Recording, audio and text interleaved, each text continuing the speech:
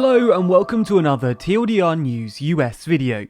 Yesterday, Georgia headed back to the polls just over 2 months after 2020's presidential elections to elect 2 senators for the state. Winning senators is always important, but this time it was truly pivotal. Following the 2020 vote, control of the Senate was in the balance. Republicans had 50 senators and Democrats had 48, including the 2 independents who caucus with them. This meant that the 2 Senate races in Georgia were decisive. Should the Republicans win even one, then they'd have a majority in the Senate. McConnell would likely return as Senate leader, and with control over the Senate, the GOP could block Biden's more radical plans. However, if the Democrats were able to scoop both seats, they could tie with the Republicans, 50 senators apiece. However, the Democrats also have a Harris card. Official rules state that in the event of a tie in the Senate, the vice president gets to cast the deciding vote. So with Harris as VP, the Democrats would, by the slimmest of margins, hold power over the Senate, and thus a trifecta: the presidency, the House, and the Senate. So it was crucial. If Biden was going to get many of his promised policies across the line, especially when it comes to matters like healthcare, climate, and election reform, the Democrats needed those 2 Georgian Senate seats. Now, the story's still unfolding as we're reporting on it, but it seems that the Democrats may have done exactly that. We likely have a lot of confusion, protest, and recounts ahead of us, but right now it looks like the Democrats have won control of the Senate, and thus a trifecta. So in this video, we'll explain how they did that and what it means for the Biden presidency. If you don't already, please consider subscribing to the channel.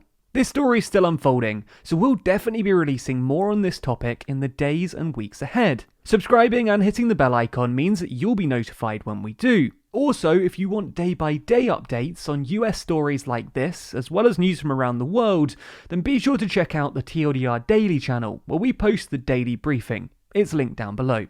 So, heading into 2021, all eyes were on Georgia.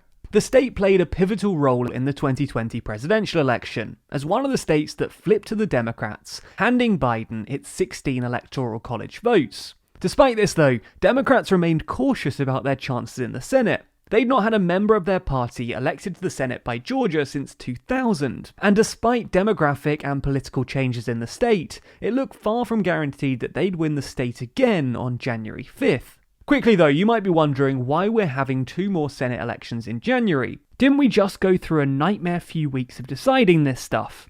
Well, as you might have heard, here's the key thing about Georgia. Its election rules stipulate that if a candidate doesn't get an outright majority, the election goes to a runoff between the top 2 candidates at a later date. As neither race was won with majority support, here we are again. Georgia Senate races take 2. The first of these runoff elections is between Republican incumbent Kelly Loeffler and Democrat challenger Reverend Raphael Warnock. On November 3rd, these 2 battled it out, but the field was so crammed with other candidates receiving votes that neither 2 main candidates got the required 50%. Just for clarity, Warnock actually bagged 32.9% of the vote, putting him in the lead, whereas Loeffler got 25.9%. However, Doug Jones, the other major Republican in the race, got 20%. So, despite Warnock having a clear individual lead, if you add up the votes of all 6 Republicans, you get 49.3%. Whereas, if you add together the 8 Democrats, you only get 48.4%, with smaller parties, independents, and write-ins getting the other votes. So while it is very tight, the Republican Party actually had the edge in November. Now, not everyone who voted for a more minor candidate will automatically vote for the same party, but it does give you an idea of the closeness of this race. The other runoff election is between Republican incumbent David Perdue and Democratic nominee Jon Ossoff. This field was a lot less crowded, with just one other candidate from each of the major parties, plus a libertarian. Perdue was also close to a victory, gaining 49.7% of the vote, but just missing out on that magical 50%.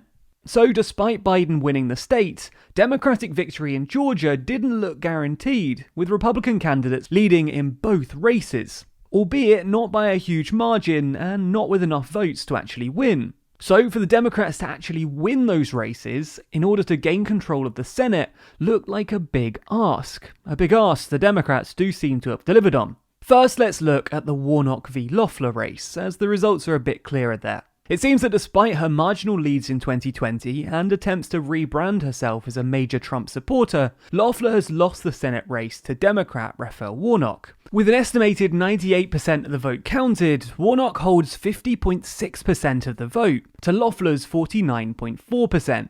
The margin may be slim, and there may still be votes left to count, at least at the time of writing, but with most major decision desks calling the race for the Democrats, it seems pretty sewn up.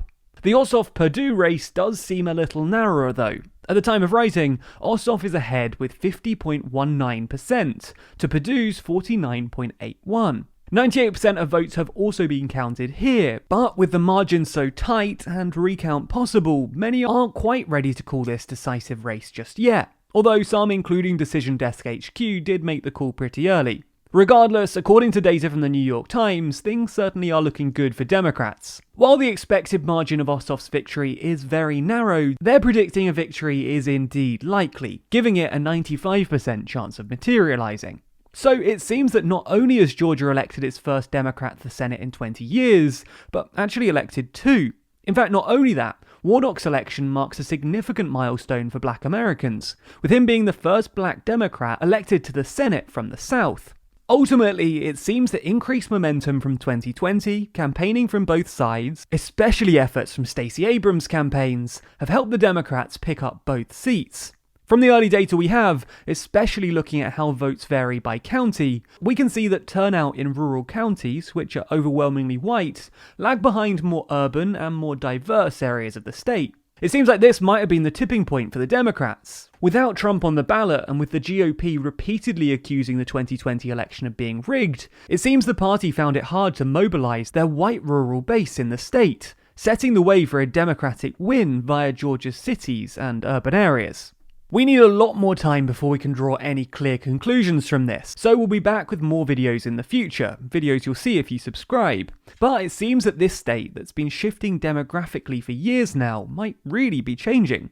Even in 2020, many Democrats doubted their own chances when it came to the presidency and Senate in Georgia, choosing to place greater time and attention on Florida and North Carolina. Ultimately though, Georgia has proven to be pivotal, especially when it comes to the Senate, showing that Democrats might have a real future in the state. But, as I say, only time and data will tell. Speaking of the Democrats' future though, these votes certainly look to be hugely significant. With a Democratic trifecta, albeit with very marginal control in the Senate, Biden's new administration is set to wield a significant amount of power. A lot of Biden's most important campaign promises were, unsurprisingly, unpopular with Republicans, and despite many praising Biden's ability to reach across the aisle and work with the GOP, it's much easier for him if he just doesn't have to. With the trifecta, Biden will be significantly more able to pass legislation and enact the changes he wants, without the fear of the Senate getting in his way. With such a small margin, it doesn't mean that governing will be plain sailing though, but it does mean that for the next couple of years at least, things do look easier. Suddenly, major Democratic priorities like changing the healthcare system, working to fix issues around systemic racism, and environmental priorities suddenly look more possible again, where they would have been difficult and likely significantly watered down under a Republican Senate. It also means that the Democrats could look to reform the way that the whole system works. Before the election, there was discussion of expanding the Supreme Court in response to Trump's last-minute nomination of Coney Barrett, but we could also see other changes to democracy. The last few years have shown many Democrats that the norms and standards once relied upon aren't as secure as they once appeared, so many within the party are looking for reforms to prevent presidential overreach, gerrymandering, and the disenfranchisement of voters going forward. All of this new potential that the Democrats likely have probably seems either amazing or terrible to you depending on your political persuasions. It either looks like a protection of democracy, our planet and human dignity, or an expansion of government, governmental overreach, and the Democrats pulling back electoral control, depending on which side of the aisle you find yourself on. Regardless, as things stand, it looks like this may become a reality, with Democrats very likely to take control of the Senate.